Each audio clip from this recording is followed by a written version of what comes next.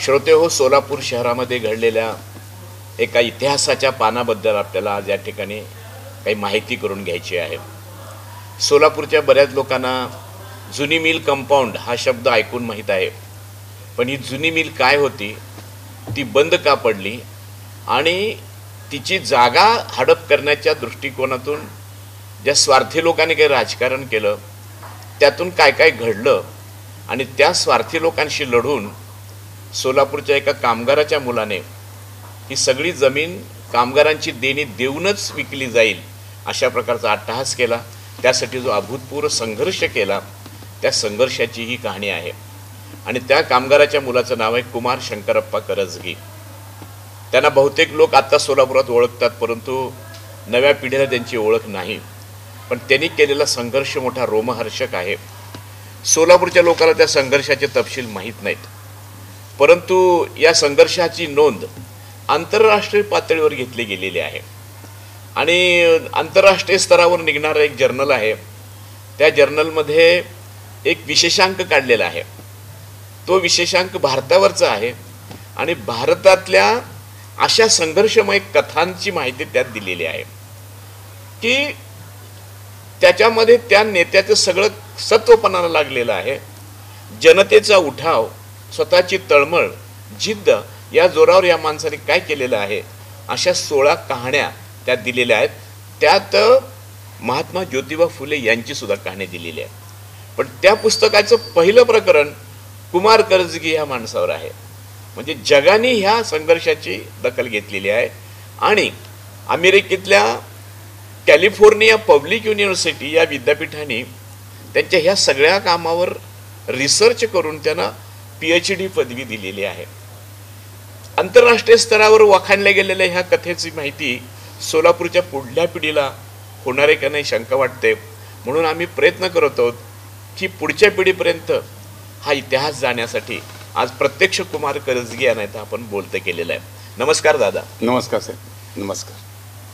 आपल्याला ही सगळी कहाणी सांगत असताना आधी जुनी मिल म्हणजे काय, ती काय होती, जुनी मिल कशी स्थापन झाली ते. कारण काय झालं की 1860च्या दरम्यान देशातली पहिली रेल्वे सुरू झाली आणि रेल्वे सुरू झाल्यानंतर एक एक स्टेशन वाढत गेले आणि पहिल्या टप्प्यात जे काही स्टेशन झाले त्यात सोलापूरचं स्टेशन होतं.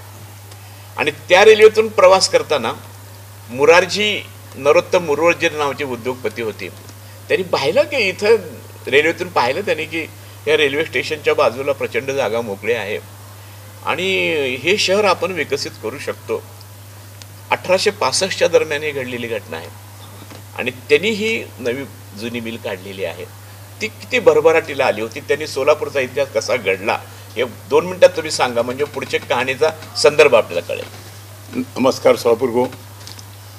सोलापूर शहर जे सोलापूर हे नाव झालं, खरं म्हणताना सोलापूर शहर सिद्धरामेश्वराच्या पदपावन प्रशाने पुण्यात असलेलं हे सोन्नलगी गाव, या सोन्नल गावामध्ये 1865 साली ब्रिटिश उद्योगपती दिनशा रोमर व भारतीय उद्योगपती नरोत्तम या दोघांनी म्हणून या सोलापुरात ही मिल चालू केली. त्या मिलचं नाव दिलं त्यांनी सोलापूर. त्या मिलच्या नावावर त्या सोलापूर शहराला सोलापूर ओळख पडली.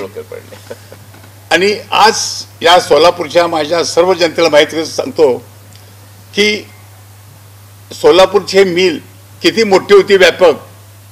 तर ज्या टायमाला सोलापूर हे बॉम्बे प्रांत म्हणजे काय, संपूर्ण महाराष्ट्र, संपूर्ण गुजरात, 25% आंध्र प्रदेश, 15% कर्नाटक, असा जो बॉम्बे प्रांत होता, त्या बॉम्बे प्रांतामध्ये 1 नंबरचं इंडस्ट्रियल हे बॉम्बे आणि 2 नंबर सोलापूर होतं. म्हणजे एकेकाळी या सोलापूर शहराला एवढा नाव लौकिक झाला की मँचेस्टर म्हणून जगात लोक झालं. अशा खंडातील सर्वात मोठी मिल म्हणजे सोलापूरचं नाव लौकिक होतं. 22,000 कामगार 22,000 कामगार मिल काम करत होते. वैशिष्ट्य म्हणजे काड्याच्या पेटीत बसेल एवढं तलम मँचेस्टर धोतर इथे तयार होत होतं आणि ते लंडनमध्ये विकलं जात होतं. म्हणून त्याला प्रति मँचेस्टर म्हणत होते. इतकं वैभवशाली हे शहर. मग या शहरामधल्या या कापडगिरणीत तयार झालेला जो माल आहे तो जगभर विकला जात होता. विशेषतः ताडपत्री, मिलिटरी तंबू, मिलिटरीचे तंबू बनवणारा कॅनव्हास हे सुद्धा या ठिकाणी बनत होतं आणि दुसऱ्या महायुद्धात विलक्षण तेजी आलेली होती आणि सोलापूर वैभवशाली त्यामुळे झालेलं होतं. काय अडचण आली पुढे, का दृष्ट लागली या सगळ्या वैभवाला? साहेब खरं सांगतो की 1865 ते 1930 30 साल उजाडलं. 30 सालचा ज्या मिलचे जे मालक होते नरोत्तम, ते बॉम्बेवरून सोलापूर येत होते आणि खंड्या घाटात त्यांच्या गाडीचं ॲक्सिडेंट झालं, ते वारले. त्याच्या पहिले अगोदर 2 वर्ष ब्रिटिश युद्ध देशामध्ये ते वारले. मग ही मिल मोरारका ग्रुपकडे गाणकरपण चालवून घेतली त्यांनी. म्हणजे वारसा हक्काने गेलेली नाही, वारसा हक्क नाही गेले, त्यांचे भागीदार होते, भागीदार गेले. त्यांच्याकडे 20 लाख रुपयाचे शेअर्स होते. 20 लाख शेअर होते, शेअर्स पुढे चालवायला घेतले आणि ती मिल मोरारकाची झाली. मोरारका झाली. मोरारका नाव सारखं येतंय म्हणून. आज सोलापूरकर सांगतो, सोलापुरामध्ये सर्वात मोठी पेठ मोरारजी पेठ आहे. मोरारका पेठ नाही, मोरारजी पेठ आहे. म्हणजे ज्यांनी 1868 मिल चालू केली त्या मालकाच्या नावाची मोरारजी पेठ आहे. म्हणजे थोडक्यात म्हणजे आपण आता जिथे बसलो आहोत ती मोरारजी पेठ आहे, मोरारजी पेठ. आणि ही जागेत बसतो, इथंच मिल होती, हीच मिल होती. करेक्ट. मग आता त्या गिरणीमध्ये अडचणी काय आल्या पुढे? सर काय झालं, चालता चालता 1935 साल उजाडलं. मिलला प्रचंड जगातल्या महायुद्ध चालू होतं, मोठमोठ्या ऑर्डर मिळाल्या आणि मालकांनी प्रचंड कामगार भरती चालू केली. आणि आज सांगतो सोलापुरामध्ये पूर्व भाग आहे जो आपला विणकर समाज आहे, तो आंध्रातून सोलापुरात ह्या मिलसाठीच कामासाठी आला. सोलापुरामध्ये फक्त एक छोटंसं एक पूर्व भाग इथं असलेलं एक लिंगायत समाज गाव होतं. पण ह्या सोलापुराला भोवशी झालं, ती कष्ट करणारा हा वर्ग आहे, तेलुगू समाज हा सोलापूर मिल कामाला आला. झाल्यानंतर काय झालं, युद्ध संपलं, प्रचंड पैसा कमवला. या मिलच्या मोरारकांनी या मिलवर 2-3 मिल उभा केल्या. अपोलो मिल त्यांची, अपोलो मिल मुंबईची. बरोबर. पण पुन्हा काय झालं, या मिलमध्ये त्यांनी कपात चालू केली, कामगार कपात. म्हणजे त्यांना खरं सांगायचं वेगळ्या शब्दात अवदसा आठवली. स्वार्थ आणि स्वार्थापोटी त्यांनी मिल बंद पडेल या दृष्टीने पावलं पडलं. त्यांचं काही नुकसान झालं नाही. त्यांनी या मिल 4 मिल केल्या होत्या. या मिलची त्यांना आवश्यकता नव्हती. पण सोलापूरमध्ये 22,000 लोक बेकार झाले. एकाच मिलमध्ये 22,000 होते. बाकी एनजी मिल बंद पडली ती पुन्हा. लक्ष्मी स्ट्रीप 85 ला बंद झाली. पण हे काय झालं, 1963 साली कामगार खवळले सर्व, फार कपात. 22,000वरून फक्त 10,000 कामगार आले. कामगार कपात करायची, आहे त्या कामगारांना निम्म्या पगार द्यायचा, पगार थकवायचे, असे प्रकार सुरू झाले आणि त्यातून ही मिल बंद पडली. बंद पडत कारण काय, मिल बंद पडत नव्हती, चालू होती. मिल चालू होती.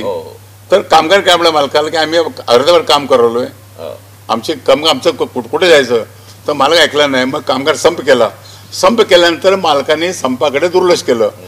मग काय आता ते कामगार पण काय केलं, मालकाचं लक्ष वेधावं म्हणून या मिलच्या गेटसमोर मालकाचा पुतळा जाळला. 25 फूट उंचीचा 25 फूट उंचीचा पुतळा होता मालकाचा, आणि तो जाळला. त्या मालकाला निमित्त तेवढंच पाहिजे होतं, माझा पुतळा जाळला, आता मी मिल चालू करणार नाही. आणि त्या दृष्टीने त्यांनी सुरू केले, मिल बंद केली. त्यातून सगळ्याचे संसार उद्ध्वस्त झाले. आणि हे तुम्ही ज्या कायदेशीर लढा दिलेला आहे, तो लढा तिथे खऱ्या अर्थानं हळूहळू सुरू झाला. पहिल्यांदा मिल ह्याच्यात काढली का, लिक्विडेशन मध्ये काढली? नाही, काय झालं, मालका बिन केल्यानंतर बँक ऑफ बडोदाचं कर्ज होतं मिलवरती. बरं. त्या बँकाने कोर्टामध्ये एक रीट दाखल केला आपल्या पैसा मागण्यासाठी. मालकाने हायकोर्टामध्ये सूट दाखल केला, 156 सूट दाखल केला. आणि त्यामुळे काय झालं, केंद्र सरकार राज्याचे पैसे होते या मिलवरती थकीत, त्यांनी क्लेम दाखल केलं. आणि त्या टायमाला कामगारांचे क्लेम दाखल करण्यासाठी काही कामगार पुढे क्लेम गोळा केले. एखाद्या गिरणीमध्ये जर समजा आता ही गिरणी बंद पडत चाललेली आहे किंवा मालक स्वतःहूनच काही देणी देत नाहीये, अशा वेळी ज्यावेळेस मिलचे सगळे मालमत्ता विकून, यंत्रसामुग्री विकून पैसे उभे करायचे, तर ते करत असताना देणी कुणाचे द्यायचे?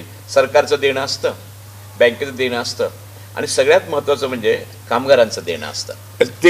पण कामगारांचं देणं किती दुर्दैव आहे सोलापूरचं. मी आज सांगतो, कामगारांचं देणं आवश्यक होतं, अत्यंत आवश्यक होतं. थकलेले होते, त्यांचं प्रॉव्हिडंट फंड देणं होतं, परंतु कामगारांची देणी म्हणजे कामगारांचा क्लेमच सादर झाला, ही चूक झाली. इथं स्वार्थी मिल मालक आणि पैशाला बळी पडून जर शासकीय अधिकारी जर एकवटले तर कामगार काय वातात होती.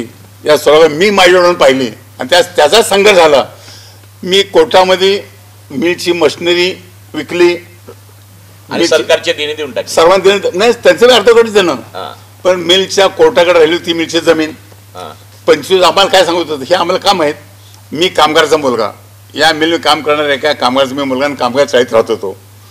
वडील हमेशा म्हणणार चाळीत सर्व थांबा, आपल्या आता कोर्टातून आपले पैसे आपले येतील. कामगार फक्त आशा लावून बसलेत, कोर्टातून पैसे कोर्टात येतील काहीतरी केस चाललेली आहे आणि आपले पैसे मिळणार आहेत. येतील. परंतु कायदेशीर तरतूद अशी असते 25 वर्ष की कामगारांचे देण्याचं क्लेमच सादर झालेलं नव्हतं क्लेम नसतील तर पैसे येणार कुठनं? आणि देणार कोण? आणि मग काय झालं मागणीच केलं नाही तर पैसे देणार कोण? 63 ते 1988 पर्यंत, बरोबर. 88 साली कामगारांचा क्लेमच नाही. क्लेमच नाही तिथं, कुणी कुणी आशा दाखवली, फक्त अशा दाखवले. क्लेमचे फॉर्म भरून घेतलेत, सर्व पुढाऱ्यांनी कामगारांच्या स्वराज्य कामगारांची फसवणूक केलेली. हा, आणि क्लेम भरून तर घेतले, मी दाखल केले नाही, दाखलच केलं नाही. मालकाचा पैसा खाल्ला मी केला. त्यामुळे कोर्टामध्ये कामगारांची देणे हा विषय झाला नाही. 1% सुद्धा नाही. मग हा विषय कधी आला? झालं का ते मी मी मी माझ्या ऑफिस बसलो दुकानामध्ये. तुमचं दुकान कशाचं होतं? माझं शिलाई मशीन रिपेअर दुकान होतं, माझं मशीन रिपेअर तुम्ही दुकान. म्हणजे वडील मिल मधून बेकार झाले, झाले. तर तुम्ही स्वतःचे पोट भरण्यासाठी नवीन व्यवसाय सुरू केला, शिलाई मशीन. नाही नाही, मी पहिले काम करू कारखान्यात काम केलं, गॅरेजमध्ये काम केलो. बरं. मला आठवड्याला 5 रुपये पगार होता, तेव्हा मी काम करत होतो. गड्ड्याचे होते, रसगाणा होता, ते घोराळ विकलं, एक अनेक अडचणी गेले. किरकोळ व्यवसाय करून तुम्ही जगत होता. होतो. पुढे तुम्ही सुईंग मशीनचा व्यवसाय सुरू सुरू होतो. केला. मग तिथे 88 साली तुम्हाला पहिल्यांदा कळलं पेपर बघितलं की जुनी मिलच्या जमिनीचा लिलाव आहे. आता हे मला सांगा, जमिनीच्या लिलावाची नोटीस पेपरमध्ये आली, हा. टेंडर आलं थोडक्यात, हा, म्हणजे लिलाव. हा. जमीन किती होती? हे सोलापूरच्या जमीन काय तर 130 एकर जमीन काय होती 6 लॉट. 130 एकर जमिनीचा लिलाव कोर्टाने 6 लॉट मधून. त्याच्यामध्ये त्या लिलावात काय म्हणलं होतं की ह्या लिलावात विकृत येणाऱ्या पैशाचे काय करणार आहेत? तसं काहीच नव्हतं. काहीच नव्हतं, जमीन विकले काढलेली आहे. कोर्टाने काढले देणं. आणि ह्या सगळा व्यवहार पाहणारा कोर्ट रिसिव्हर, हायकोर्ट. म्हणजे एकदा हायकोर्टाकडे प्रकरण गेलं हा. की हायकोर्ट एक रिसिव्हर नेमतं, तो रिसिव्हर सगळे व्यवहार सर करत होतो. मग त्या रिसिव्हरनी नोटीस काढली 115 एकर जमीन विक्री करणे 130 जमीन काढली. जाणकाऱ्या. मग मी काय केलं, आम्हाला जमीनचं देणं घेणं काय नव्हतं. मला जमीन नको होती, मला संबंधच नाही आमचा. काहीच नाही. मी स्वप्न करणार नाही. हो ना. मी बॉम्बेला गेलो आणि कोर्टात रिसिव्हर की आमचा आता जमीन तुम्ही विकता, लिलाव कामगार पैसे का देणार? मिळणार आहेत का आमचे हा. पैसे? हा. तर तेव्हा कोर्ट रिसिव्हर खाडे साहेब होते.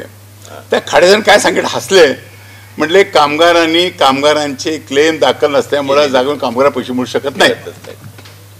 आणि तिथं तुमच्या डोक्यात आलं की आपण कामगारांचे क्लेम आता दाखल केले पाहिजे. दाखल केलं डोक्यात.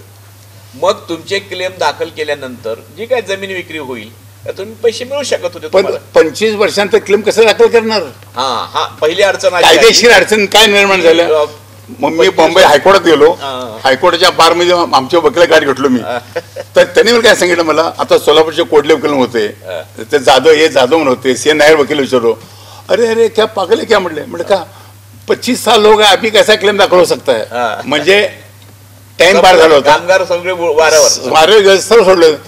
मी म्हटलं माझ्या आजोबांनी विहिरीसाठी 2000 कर्ज काढलं होतं 1962 साली.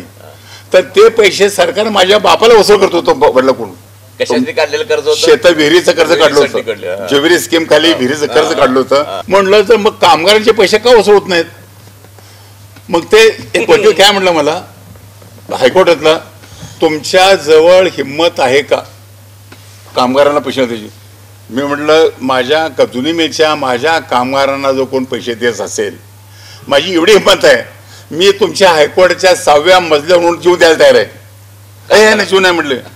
तुम्ही म्हणले तुम्ही हायकोर्टाचे चीफ जस्टिस त्यांच्या कॅबिनेटमध्ये घुसायचं म्हणजे आणि खरी ओढ सांगायची पाहिजे म्हणून. मी तसं केलं. एक म्हणले एक तर तुमचं काम होईल, नाही तर तुम्हाला जेलमध्ये टाकतील.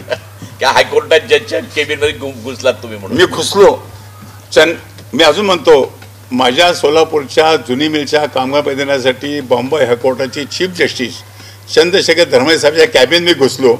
त्यांना सर्व सांगितल्यानंतर त्यांनी बार कौन्सिलचे जनरल सेक्रेटरी वैद्याने बोलवलं. मला यांच्यावर सर्व विचार करून घ्या. म्हणजे जस्टिस चंद्रशेखर धर्माधिकारी यांच्यापर्यंत तुमची तळमळ पोहोचली. आणि एक अडचण की या ठिकाणी कामगारांचे क्लेम कुणी काळजीपूर्वक दाखल केलेले नाही, त्यामुळं मिलची सगळी विक्री होईल परंतु कामगाराला एकही पैसा मिळणार नाही, ही दुर्दैवी गोष्ट आहे. त्यांच्या लक्षात आलं. आणि तिथेच एक टर्न मिळाला मिळाला आणि तुम्हाला क्लेम दाखल करण्याची 25 वर्षे उलटले असून सुद्धा परवानगी मिळाली. अशी दिली ते कागद करण्यासाठी 25,000 रुपये धर्मसाहेबांनी दिले. बार क्वेश्चनच्या फी डिपार्टमेंट कडून मी 9,000 लोकांचे क्लेम दाखल केले मोफत आरोग्य आणि जस्टिस काजी यांच्याकडून आदेश प्राप्त करून घेतला की जुनी मिलच्या जागा विक्रीतून अग्रक्रमाने फर्स्ट प्रेफरन्शियल सिक्युअर क्रेडिटर्स कामगार पैसे देण्यात यावेत. म्हणजे आधी गव्हर्नमेंटचे पैसे देऊ नयेत. कोण पहिले कामगार न्यायमूर्ती काजी सुद्धा तुम्हाला देवदूतच भेटले ना. मग त्यांनीच मग आता एक प्रश्न म्हणजे संघर्षातला एक मुद्दा फक्त एक स्टेप संपली की कामगारांचे जे काय काम मिलची मालमत्ता जमीन विकली जाईल ती विकली जाईल जेवढ्याला जाईल तेवढी त्यातून येतील ते पैशाचा पहिला हक्क कामगारांचा असेल. ही परवानगी तुम्ही 25 वर्षाची मुदत उलटली असून सुद्धा मिळवून घेतली. That is the first success of your लढा. हे क्षेत्राचा आशीर्वाद. आता पुढे प्रश्न असा आला की जर कामगारांची देणी देण्या एवढ्या पैशाला विकत गेलीच नाही जमीन तर काय मिळणार. तेच झालं साहेब. ते सुरुवात झाली तुमच्या दुसऱ्या माझ्या दुसऱ्या काय झालं सोलापूरची 135 एकर जमीन. आता विचार करा 135 एकर जमीन आता ह्या भागामध्ये ही हार्ट ऑफ द सिटी मध्ये जमीन आहे आणि इथे एका स्क्वेअर फूटची किंमत आहे 800 रुपये ते 1000 रुपये. मला माहित नाही जास्त आहे 3000 रुपये किंवा 3000 रुपये स्क्वेअर फूट जमीन आहे. आता आपण जर हिशोब केला तर जवळजवळ 12 कोटी रुपयाला 1 एकर असा भाव पडतो. आणि असा जर ही 130 एकर जमीन जर गेली तर ती 1000 कोटी रुपयाची. साहेब 1988 साली गव्हर्नमेंटचा रेट होता 500 रुपये रेट घेतो. मग म्हणजे त्या काळात स्वतःची खरी किंमत काय होती. 500 रुपये रेट होता. नाही जमिनीची किंमत टोटल काय होती फार असेल म्हणजे ती 100 कोटीच्या पुढे होती. असाल मी त्याचा विचार केला नाही. मी काय केलं आता आपला कामगार पैसा मिळते आम्ही आणत होतो. आता एवढी मोठी जमीन आहे कुणी किती रुपयाला आपल्याला काय करायचं कामगारांना पैसे मिळणार आहे. मला माझा ध्येय फक्त कामगारांना पैसा मिळणे नाही. कुणी केवढ्याला काय जमीन घेणार फुकट होईल आम्हाला काय करायचं आमचा पैसा मिळणं. आम्हाला 4 कोटीपर्यंतचे कामगार पैसे दाखले गेले ते तुम्ही म्हणलं असं तुमच्या मनाशी पण पड निर्माण झाला ती जमीन बेभाव चालली तुम्हाला लक्षात आलं. काय झालं ऑर्डर झाली कामगारांचे पैसे विकत झालं. मग जेव्हा मी कोर्टात गेलो तर ईश्वर म्हटले क्लेम दाखल केले झाले पण जागा फक्त 1,70,00,000 रुपयामध्ये. ऐका सोलापूर शहरवासियांनो जुनी मिलची 135 एकर जागा 1,70,00,000 सोलापुरातील संपूर्ण राजकीय मंडळी बिल्डर्स मंडळी संगनमताने पुण्यातल्या बंबईकर लोक हाताशी धरून कोर्टामधून 1,70,00,000 घेऊ लागले. आणि ह्याच्या पुढे कुणी बोली लावू नये म्हणून दादागिरी करून 10 वर्षा दाखवून कुणाला उतरू दिलं नाही. आज मी जे सर्व काय सांगेन एक शब्द त्यात खोटा होऊ शकणार. कोणच्या सोलापूर जायचं मला कागद पुरावा देईन. औरंगाबादचे बिल्डर होते योगेल किशोर तापडिया त्यांनी लेवलात भाग घेतला होता आणि लेवला किंमत वाढत असताना त्या तापडियाला मारून हाकून दिलं. त्या लेवलामध्ये ते 9 कोटीला घ्यायला तयार होते. 9-10 कोटी घ्यायला तयार होता तो. मग ते जर झालं असं तर सगळे पैसे मिळाले आमचं पण त्याला हाकून दिले. पण ती सोलापूरचे स्वार्थी पुढारी त्यांचे मित्र काही बिल्डर्स या सगळ्यांना मिळून ही जमीन फक्त 1,70,00,000 पाहिजे होती. हे चालल्यानंतर मग माझे 4 कोटी मिळणार कसे मिळणार. मग मी तुमच्या लक्षात असं आलं की कामगारांची देणी द्यायची असतील तर किती रुपये आले पाहिजे जमिनीला. या कमीत कमी 9 ते 10 कोटी 9 कोटीपर्यंत यायला पाहिजे. समजा ही सगळी जे सरकारचे 5 कोटी होते केंद्र सरकार राज्य सरकार बँकाचे म्हणून 5 कोटी होते आणि कामगारांचे 4 कोटी असे 9 कोटीपर्यंत यायला पाहिजे. म्हणजे या सगळ्या चांडाळ चौकडीने थोडं मन मोठं करून जमिनीची किंमत तर 100 कोटीच्या पुढे आहे. आपण ती 10 कोटीला घेऊ आणि कामगाराचं भलं करू आपण इथे बिल्डिंग बांधून पैसे कमवू असा जर विचार केला असता पण त्यांनी तसा ते 1 कोटीवर ते म्हणजे एवढी जमीन 1 कोटी रुपयात पदरात पाडून देण्याचा त्यांचा विचार काय झाला. हा जर त्यांनी केला असता तर त्यांच्या एवढे सुखी कोण नसलं असतं. प्रचंड पैसा कमवला असता त्यांनी. आज त्यांनी 1000 कोटी कमवले भरपूर कमवले असते.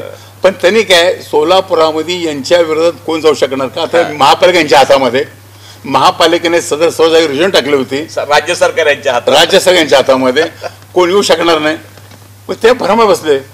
मग किंमत वाढली तरच कामगारांना पैसे मिळणार होते. मग मी काय मग त्यात तापड्याची गाठ घेतली. मी सोलापूर शहरानं मी आज सांगतो योग्य कशा तापडे गाठ घेतली. तापड्या म्हटलं तुम्ही किंवा नाही मी वाढवत नाही म्हटलं लोकल सोलापूरचे गुंड लोक आहेत. म्हटलं जर मी जागा घेतलं तुम्ही मला पैसे देताल का. तर म्हटलं तुम्ही कोर्टात लिलाव घ्या 9 कोटी 10 कोटी या म्हटलं मी तुम्हाला पैसे देतो आपण करू. म्हणजे अशा प्रकारे तुमचं पदार्पण झालं त्या माझं. मग म्हटलं मी काय केलं, पण त्याने एक अट घातली मला, तुम्ही एक पाहिजे म्हटलं, पण मी तुम्हाला पहिले एक पैसा देणार नाही, लिलावात भाग घ्यायचा असेल तर 30 लाख रुपये पहिले भरावे लागतात. तर भाग येतो. तो धाडस करायला तयार नव्हता. मग तो कोण नाही, त्यानं म्हटलं पैसे काय. मी काय विचार केला, ठीक आहे मला काय करायचं होतं, फक्त या जागेला 10 कोटी किंमत घेऊन जायची होती आणि कामगारांना पैसा देणं माझं स्वप्न, ह्याच्या कुठलं स्वप्न नव्हतं. मग मी काय केलो, माझ्या मशीन दुकानातले माझ्या 2-3 भावाकडून असे मी 30 लाख रुपये गोळा केले आणि पैसे भरले. ऑगस्ट 16 ऑगस्टला 88 मी हायकोर्टामध्ये भरून लिलावामध्ये भागीची परमिशन घेतली. आणि काय केलं, त्यांनी 1 कोटी 17 बोलली होती, मी बोली त्यांच्या बोलीचे डबल म्हणजे 3.5 कोटीपर्यंत मी बोली. अशा वेळी हे जे हातात सत्ता असलेले लोक आहेत त्यांच्या मक्तेदारीला तुम्ही चॅलेंज दिलं एका कामगाराच्या मुलाने. त्यांना माहिती ह्याच्यामध्ये काय ताकद येते, काही ताकद नाही माहिती होतं ना. 30 लाख रुपये जमा करताना नाकीनऊ आलेले आहेत, 1 कोटी तर सोडूनच द्या. मग अशा वेळी एक सोपा मार्ग असतो, संपून टाका त्याला. झाला का प्रयत्न असा काय? मी चाळीतला मी काय बांबगडे नव्हतो, संघर्ष होऊन आलेलो होतो.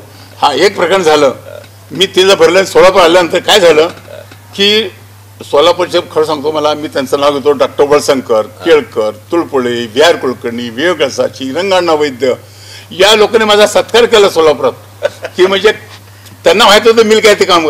मग या कामगाराचे क्लेम दाखल केले आणि लिलावात भाग घेतला.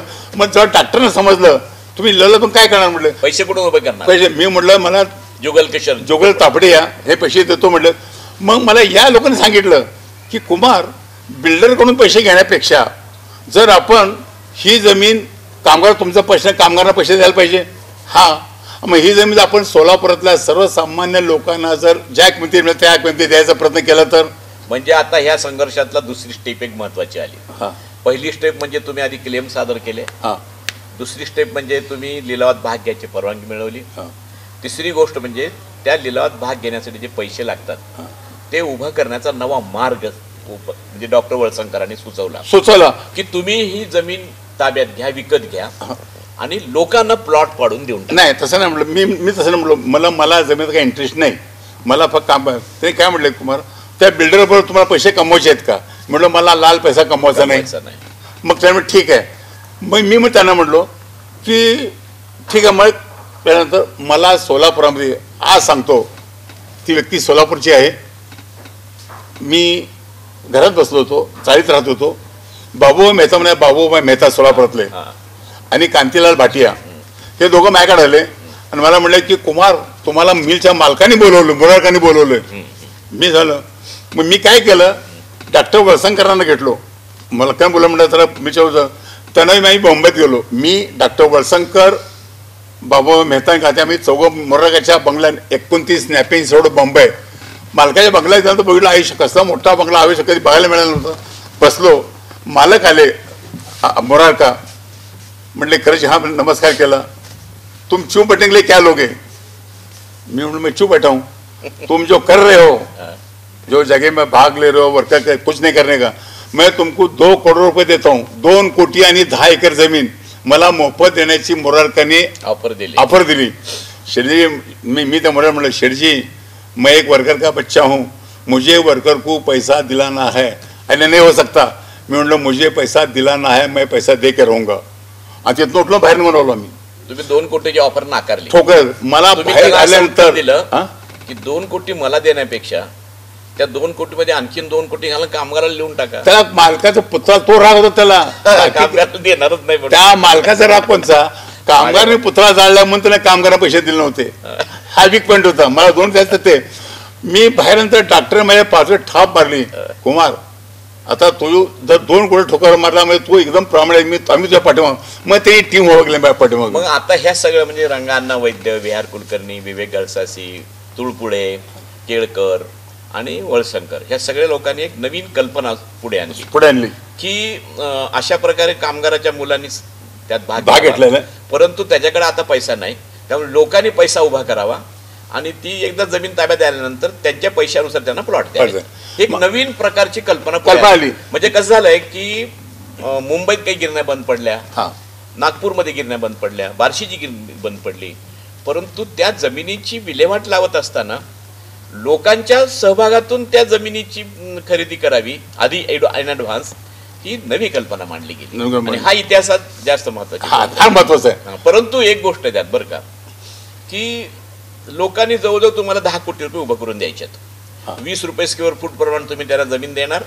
लोकाला किती 1000 स्क्वेअर फूट पाहिजे, 20,000 रुपये बँकेत भरा. ते माझ्या नावाने नाही, म्हणजे कुमार करजगी नावाने नाही. नाही नाही सर, त्यात काय झालं, ते पैसे त्यांनी त्यांच्या वैयक्तिक खात्यात जमा करायचे. एक त्या घटना घडली.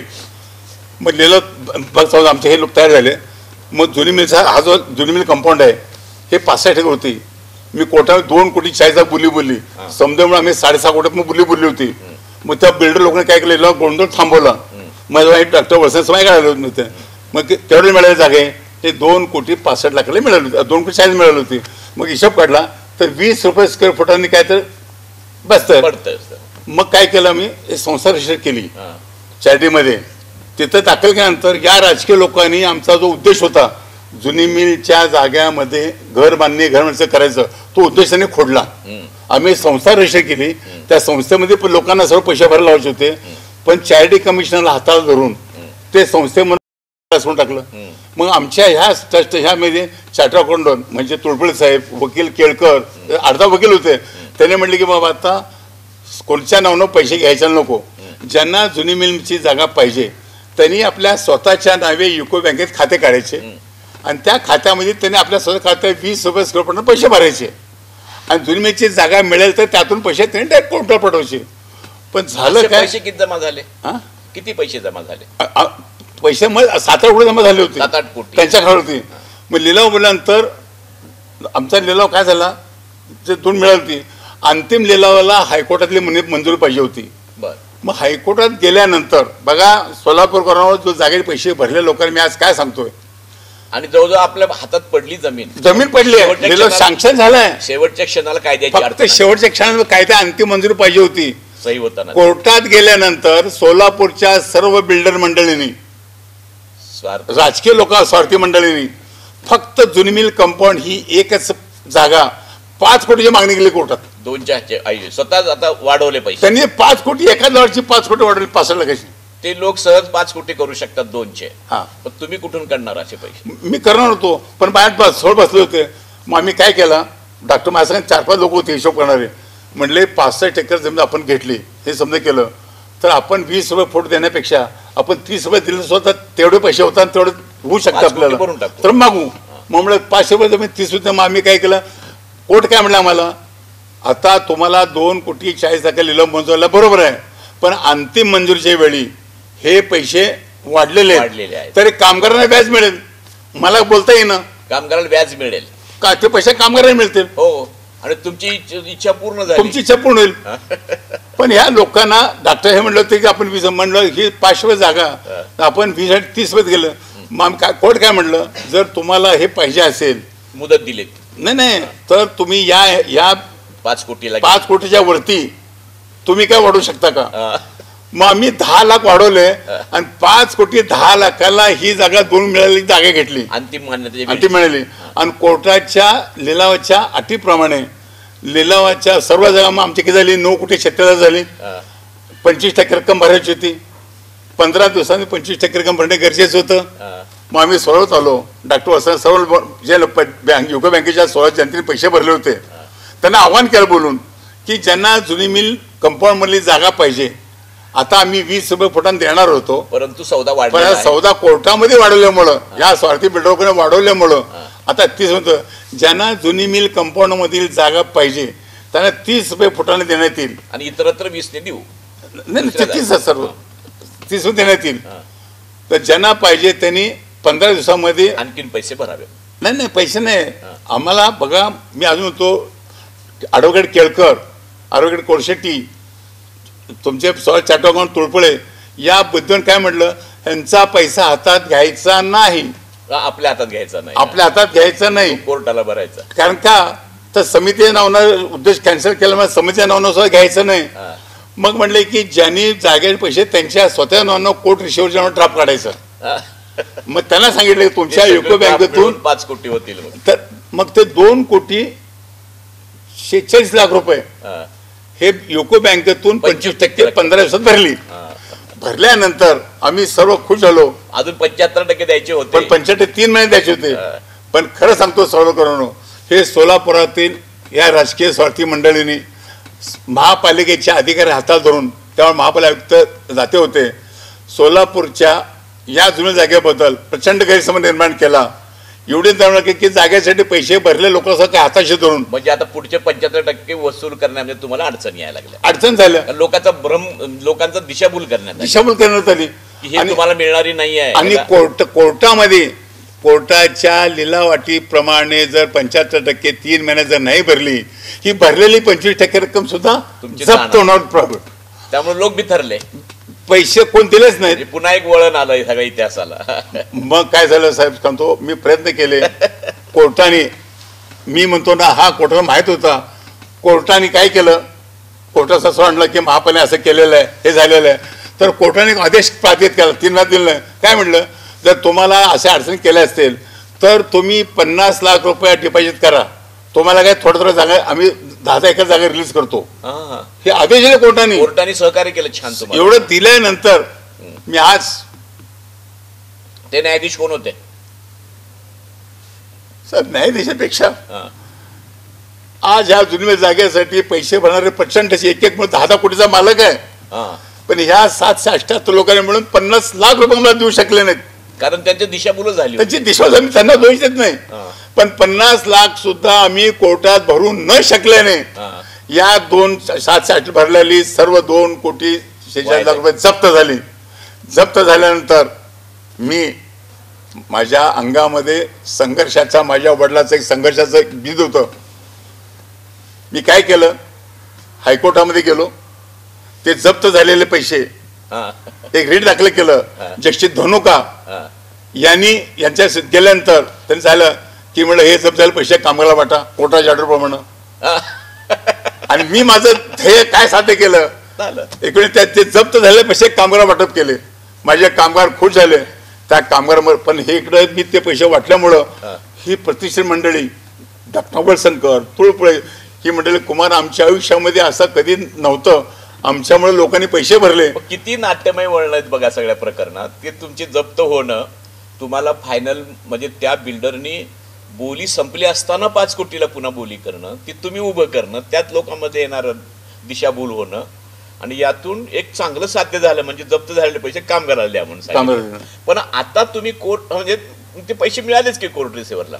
आता तुम्ही 3 कोटी वरचे पैसे 75% रक्कम तुम्हाला भरायची आहे. मग तुम्ही ती पुन्हा कशी उभी केली? पण काय कोर्टाने पण लिलाव रद्द केला त्यांनी, कोर्टाने. चालू. मग मी काय केलं, मग 2,40,00,000 मात्र कामगाराला मिळाले. बापरे. मग मी काय केलं, डॉक्टरांना वचन दिलं, डॉक्टर साहेब, ज्या लोकांनी जुनीमध्ये प्लॉट मिळाले 30 कोटीचे पैसे भरले होते, एक तर कोर्टातून त्यांचा पैसा परत मिळून देईन अथवा त्यांना जागा मिळून देईन. म्हणून मी जुनीमेच्या गेट समोर 10 वर्ष आंदोलन केलं, सत्याग्रह केला. कोर्टाने 3 वेळा जागा लिलाव जाहीर पुन्हा लिलाव काढला. पण आमच्या आंदोलनामुळे लिलाव काय होऊ शकला नाही. तुमच्यावर पुन्हा 2,40,00,000 कामगारांना मिळाले, आनंद झाला. पण ज्यांच्या 20 रुपये प्रति चौरस फूट तुमच्या विरुद्ध उभं राहिले. नाही, ते काय कडे बिचारे पैसे जमते. त्यांचा प्रेशर आला नाही तुमच्यावर? येत होते आमचे पैसे तर परत द्या. पण आम्ही सत्याला बसलो होतो. मग कुमार करजगीने आम्हाला फसवलं. तेव्हा काय नव्हतं, पैसे डायरेक्ट कोर्टात भरले होते. त्यामुळे त्यांना चान्स नव्हता. कुमार करजगीने पैसे दिलेच नव्हते, पैसे दिलेत. परंतु कायद्याच्या बंधनातून एखादा न्यायमूर्ती जर सहानुभूती दाखल असेल तर तू कसं करू शकतो? म्हणजे ते न्यायमूर्ती धनुका तुम्ही नाव सांगताय ना, जस्टिस धनुका, त्याच्यात ते जस्टिस धनुकाचा फोटो लावून त्याला नमस्कारच करायला पाहिजे. खरंच करतो त्यांनी त्याचा तो डिस्क्रिशनरी पॉवर पण त्यांनी सांगितलं. आता कायदा नाही काही जप्त झाले पाहिजे कामगाराला दिले पाहिजे, पण त्यांनी ते दिले आणि तुमच्या हेतूशी तळमळ त्यांच्यापर्यंत पोहोचली. आता तुम्ही पुढचा इतिहास तुम्ही 10 वर्ष संघर्ष केल्यानंतर मग नवीन वळण लागलं सगळ्या गोष्टीला, पुन्हा लिलाव जाहीर झाला. नाही, 10 वर्ष संघर्ष केल्यानंतर कोर्ट रिसिव्हरचा थकला, जागा विक्री होईना. विक्री काय होईना? मग 19 जानेवारी 5 कोटीची बोली ज्यांनी बोलली होती येईल आता कोण सत्याग्रह चालू केलं. मी का नाही आले? त्यांना भीती आमची की पुन्हा काहीतरी कायद्यातून तुम्ही पुन्हा जागा करून देणार, 5 कोटी बुडतील, आमचे पैसे बुडतील. मग मला नगरचे बिल्डर शरद मुथा हे भेटले. ते ॲग्री केलं. पण त्यांनी सुद्धा काय केलं, त्या बिल्डर सुद्धा ह्या इथल्या राजकीय अंडर केलं. मग त्या मुथांनी सगळे पैसे भरायला तयारी दाखवले पण पैसे भरले नाही त्यांनी. मग काय झालं, 1996 साली बॉम्बेचे उद्योगपती रतनलाल जैन त्यांनी पैसे त्यांनी पैसे ते बघितले, जागा एवढे पैशाला तयार ठेवले. मग कोर्टात आम्ही दाखल केलं रीट. 4 कोटी रुपये दिले त्यांनी. तर त्यांनी 4 पहिले स्टार्टला 4 पडले, मग बाकी भरल्यानंतर तुम्हाला देतो. मग 4 कोटी भरले, काही जागा रिलीज केली तिकडची लॉट नंबर 3. मग त्याला मिळाली का जागा? ती जागा मिळतात, त्यांनी दिली जागा. मी ते घेतल्यानंतर सर्वात मोठं दुर्दैव काय माहिती आहे का, की महापालिकेने या जागेवरती रेजिडेंट ठेवलं होतं जुनी मिलच्या या जागेवरती. पुन्हा नवीन राजकारण सुरू नाही, राजकारण चालू केलं. तो सावकार काय म्हणला, मी जुनी मिलच्या कंपाऊंड जागेसाठी पैसे देणार नाही, कारण तिथं आरक्षण आहे, त्या आरक्षणाने ते मला जोड नाही. मग मी काय म्हणतोय त्यानं, तर मी काय केलं, मला तर जागा नको होते, मला या लोकांचे पैसे द्यायला पाहिजे होते, व्यवहार पण झाले, कामगार पैसे मिळतील. मी महापालिकेला रक्कम पूर्ण देण्यात झाले का? मग त्यावेळेस कामगारांचं देणं सगळं संपलं. आता सर्व फंडासही सर्व 4.5 कोटी वाटप नाही. तुमचा सत्कार झाला असेल मग, जय जयकार. कामगारांनी जय जयकार केला. माझे वडील जय जयकार. मी एक कामगाराचा मुलगा, या कामगारांच्या. बरं, आता हे प्रकरण इथपर्यंत आलं की तुम्हाला आता पैसे उभे करणं आवश्यक आहे. आणि लिलावात बिल्डर वगैरे मंडळीचा इंटरेस्ट संपला आणि तुम्ही ज्यावेळेस प्रत्यक्षात पुन्हा फायनल हे करायला उभं राहिलात जमीन ताब्यात घेण्यासाठी, त्यावेळेस तुम्हाला पैसे भरणं भाग पडलं. नाही, ते तुम्हाला जैननी दिले. जैन तिकडे दिले, पण इथल्या जुनी मिलला द्यायला तयार नाही कोण. कारण ते आरक्षण होतं. मी महापालिका परचेस नोटीस दिली. म्हणजे ह्या सगळ्या राजकारणात तुम्ही त्या स्वार्थी लोकांना नामोहरम केलं, पण तरी ते महापालिकेला हाताशी धरून तुम्हाला पुन्हा त्रास द्यायला सुरुवात केली. मग माझ्या वकिलाने काय सांगितलं, महापालिकेचा जागा पाहिजे असेल तर त्याला बाहेरचा रेट द्यावा लागेल, गव्हर्नमेंट रेट द्यावा लागेल. मग मी महापालिका परचेस नोटीस दिली, द्या तुम्ही जमीन, देऊन टाका जमीन आणि पैसे द्या, देऊन टाका आमचे पैसे. आम्ही 20 रुपयापर्यंत लोकांना परत. महापालिकेवर पैसे नव्हते, मी 100 रुपये परत दिले असते व्याज त्यांचे. पण महापालिकेने काय केलं, आमच्या महापालिकेने नाटक केलं, एक ठराव पास केला, एक कमिटी नेमली. मी 1 लाख फूट जागा व त्यावर 5-8 हजार बांधून द्यायचं, त्या सर्व आरक्षण उठवायचं आणि सगळे आरक्षण आम्ही उठवणार. त्यांनी उठवले. ठराव झाला, स्टँडिंग कमिटी ठराव झाला, जनरल बोर्ड ठराव झाला, गॅजेट झालं 2 साली. बरं, पण खरं सांगतो, एक गेंड्याच्या कातडीचे महापालिका अधिकारी आरक्षण उठवून सुद्धा अजूनपर्यंत या जागेवरचे संपूर्ण उठवले नाहीत. कागदोपत्री अजून काही केलं? कागदोपत्री 70-30% तसं राहिले. त्यामुळे काय 100-200 लोकांचे जागाचे प्लॉट देणं अजून बाकी आहे. म्हणजे अजून सुद्धा ते. मग मी सावकारांना पैसे दिल्यावर मी व्याजाने पैसे आणले बाहेरनं, 36% व्याजाने. आणि ह्या जागेला पैसे भरून ही जागा ताब्यात घेतली. आणि आज सांगतो साहेब, मी आज तुमच्या समोर बोलतोय, जी जागा व्याजाने पैसे घेतले, मी सावकाराला 2-2.5 कोटीसाठी 28 कोटी रुपये व्याजासहित मॅचपर्यंत भरलेले. 28 कोटी.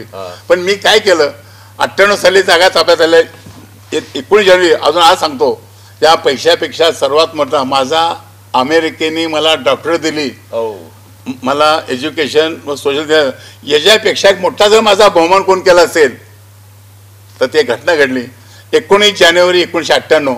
कोर्टामधले सर्व जागा घ्यायचं माझ्या ऑर्डर झाली. कोर्ट नंबर 6 मी रडू लागलो, माझ्या डोळ्यांना पाणी येऊ लागलं. खरं सांगतो तो का, तर 8 वर्षात संघर्ष भोगडला होता. झाल्यानंतर मी जिंकलोय, कोर्टाने असं ऑर्डर झालेले. मीचा मालक आला, कोर्टाचा मालक माझ्या सोळ आले, खरंच की मिल गई थंडक, हो गई शांती. तो रागाने म्हटला. तर मी काय केलं असेल, तर कोर्ट नंबर 6 मध्ये त्या मिलच्या मालकाने पाय धरले. शेठजी, हमारे पुरखों ने आपका नमक खाया. तर आत्महत्या के म्हणजे कोण, मी जिंकल्यानंतर मालकाचे कोर्टात पाय धरले हे समजल्यानंतर मला मालकाने काय केलं, खरंच की तू मेरे साथ आहे का, हा अभी क्या अभी आहे का.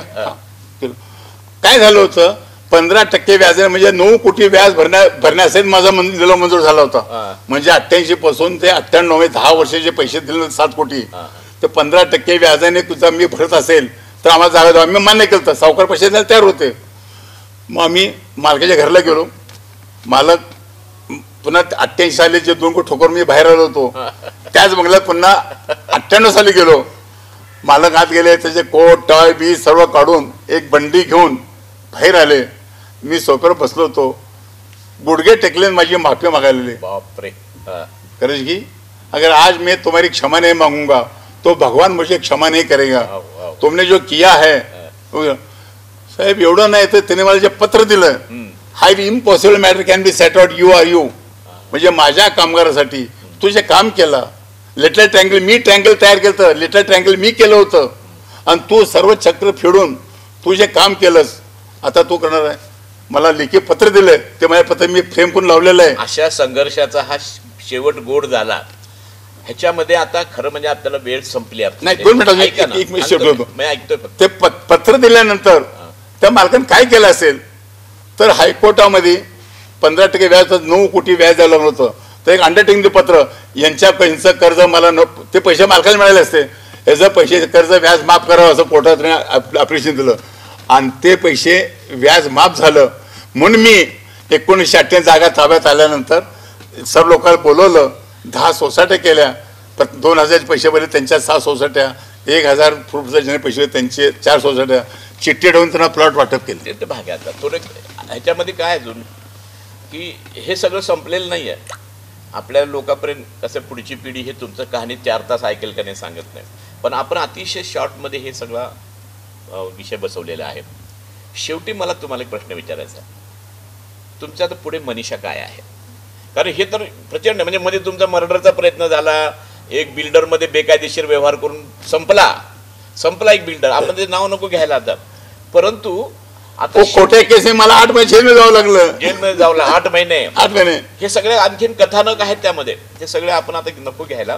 फक्त मला काय म्हणायचं आहे की तुम्ही मला बोलताना काय म्हणलात की ह्याच्यामध्ये मी थोडी बदमाशी केली असती तर 10-12 कोटी रुपये मी सहज कमवू शकलो असतो. मला वाटतं असं 100 कोटी कमवलं असतं मी. पण तुम्हाला तो मोह का झाला नाही? काय संस्कार आहेत तुमच्यावर असे? माझ्या आजोबाचा एक अभंग तुम्ही मला सांगता नेहमी, त्यातल्या 2 ओळी सांगा आता की स्वतःच्या कल्याण होणं महत्वाचं नाहीये. काय माझे आजोबा धोंडोपंत दादांचे चोपदार, वारकरी संप्रदायाचे. मी घरात मिल बंद पडण्यात लहान होतो, मला शेतात घेऊन कुशाकडून झोपणार आणि त्याने जे मंत्र म्हणतो तो का माझा ते ऐकून ऐकून ऐकून मला पाठ झालेला आहे. सोलापूरकरांनो, माझ्या आजोबाचे जे माझे उपकार आहेत की निस्वार्थ जगण्यासाठी आणि काय जगायला पाहिजे माणूस म्हणून ते त्यांच्या अभंग ऐकून ऐकून पाठ झालं. त्यातली एक ओळ मला फार अपील होते की आपलं कल्याण करणं ह्यात महत्व नाहीये. मी वाचून ऐकून दाखवतो, सोलापूरकरालाही समजावं म्हणून सांगतो म्हणतो आज ते. जन्मतेचं मूळ पाहिनं शोधूनही दुःखासी कारणी जन्म घ्यावा, पाप पुण्य करूनही जन्म येतो प्राणी, नरध्या येऊनी हानी केली. ऐका, रजतम सत्व आहे ज्याची अंगी, याचं कोणी जगी वाया गेला. तम म्हणजे काय नरकच केवळ, रजत सबळ माया जाळ. तुका म्हणे येते सत्वाचे सामर्थ्य, करा परमार्थ हरनिसी, अन सदा परमार्थ करावा, पाय न ठेवा आडमार्गी. आडमार्गी कोणी जनते जातील, त्यातून काढील तोची ज्ञानी खरा तारी तुझी असी. वेळ त्याशी क्षण जावे, आपण तरेल नव्हे ते नवल, आपण तरेल नव्हे ते नवल, कोळ उद्धरली इतरांची जो. तर ही प्रेरणा आहे.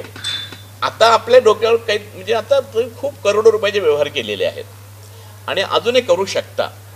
तर तुम्ही आता तुमच्या आयुष्याच्या ह्या उतरणीच्या काळामध्ये, कारण तुम्ही आपण दोघांनी 70 ओलांडलेले आहेत आणि तुमचं काय प्लॅन आहे आता लोकांसाठी? आज तुमच्याबरोबर हे बसतोय मी सिद्धरामेश्वरच्या या नगरीमध्ये.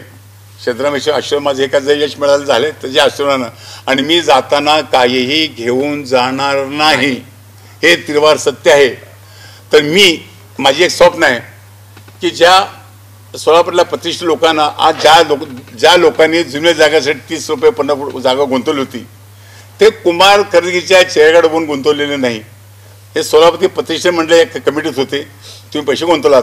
तर माझी एक इच्छा आहे प्रामाणिकपणे, सोलापूरकरांनो तुम्ही जागेसाठी 88 पैसे गुंतवले होते. आज मी अरविंद जोशी साहेबांना मी एवढे सांगतोय आजच्या माध्यमातून, ज्या किमतीत जागा आलेली आहे त्याच किमतीत तुम्हाला मी जागा देणं आजही तयार आहे. आर्किटेक्ट तुमचा राहील, इंजिनियर तुमचा राहील, वकील तुमचा राहील. मला काय नको आहे.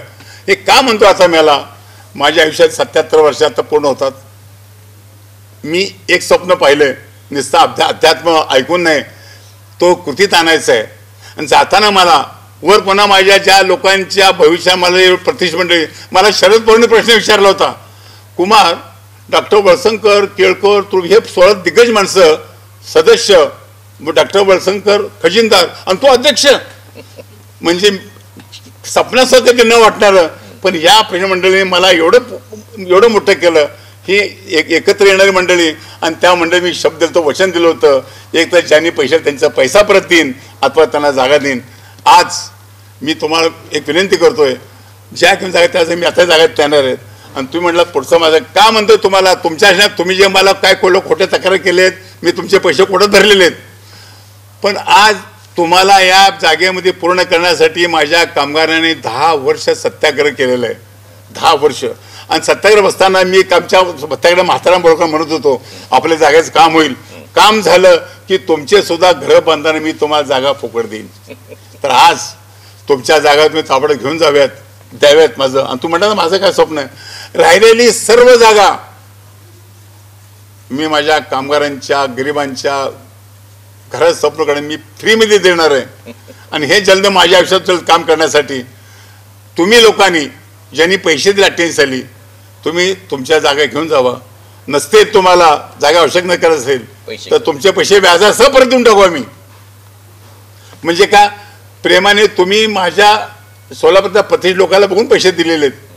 आज अनेक लोक तुम्हाला फसवणार नाही, अजिबात नाही, सपना सुद्धा फसवणार नाही. आणि ज्यांनी सत्याग्रहात भाग घेतला त्यातले जे हयात आहेत किंवा त्यांचे वारस आहेत, त्यांच्या वारसाला त्यांची कमिटी केली मी, त्यांना मोफत जागा देणार. त्यांची कमिटी केलेली आहे. त्या कमिटीला मला या राहिल्या जागा सर्व मोफत द्यायच्या आहेत. आणि कुमारकरीच्या वडिला आजोबाची शेत होती माझी, त्याची किंमत 50 कोटी वाढलेली आहे.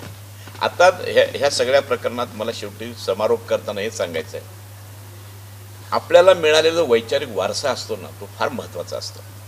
आणि शेवटी तुमच्या पूर्ण आयुष्याला प्रेरणा तुकाराम महाराजांच्या अभंगाने मिळालेली आहे.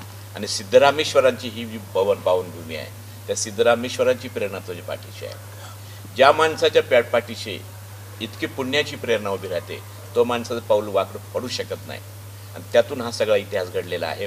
पुढच्या पिढीने 1985 पासून 2016 घडलेला जो इतिहास आहे त्याची नोंद घ्यावी, एवढंच मला सांगायचं आहे. आपण ज्या गावात राहतो त्या गावात काय घडलेलं आहे आपल्याला माहीत असणं आवश्यक आहे. म्हणून हा सारा आटापिटा केलेला आहे. तर आपण यात सहभागी होऊन जी माहिती दिली त्याबद्दल मी तुमचे आभार मानतो. नमस्कार. त्या सोलापूर शहर मला फार मोठं केलं का जाते सांगतो. एक 4थी शिकलेल्या माणसाला संघर्ष करायची प्रेरणा मिळाली. माझ्या गरीब कामगारी माझ्या पाठी खंबी उभं राहिले. आणि माझ्या आजोबा वडिलांच्या संस्कारातून जी निष्कामगिरी प्रेरणा मिळाली. यातून एक 4थी शिकलेल्या माणसाला अमेरिकेच्या सारख्या युनिव्हर्सिटी मला एज्युकेशन डॉक्टर देते. हे काय, हे साधं नाही आहे. हे सर्व तुमच्या सोलापूरकरच्या माझ्या कामगारांचं व तुम्ही जे जागे पैसे तुमच्या सर्व लोकांचे उपकार आहेत. मी एवढं सांगेन, या सिद्धरामेश्वरच्या पावन प्रशासनामध्ये कुठलाही विचार न करता बिनधास्तपणे तुम्ही या. मला कुठलाही लाभ लोभ पैशाचा लोभ नाही आहे. मी तुम्ही बसून जेवढे तुम्हाला जागा देण्यात तयार आहेत. त्या जाताना फक्त मी का आज बोललो आहे, मी त्यांना दिलेले शब्द आहेत. आता एक जण हयात नाहीत, सर्व वारलेले आहेत. आणि मी आता त्या वाटेवर आहे. जातात घ्या मला त्यांना द्यायचं, साहेब डॉक्टर तुम्हाला दिलेले वचन मी पूर्ण करून आलोय. ओके, धन्यवाद. नमस्कार.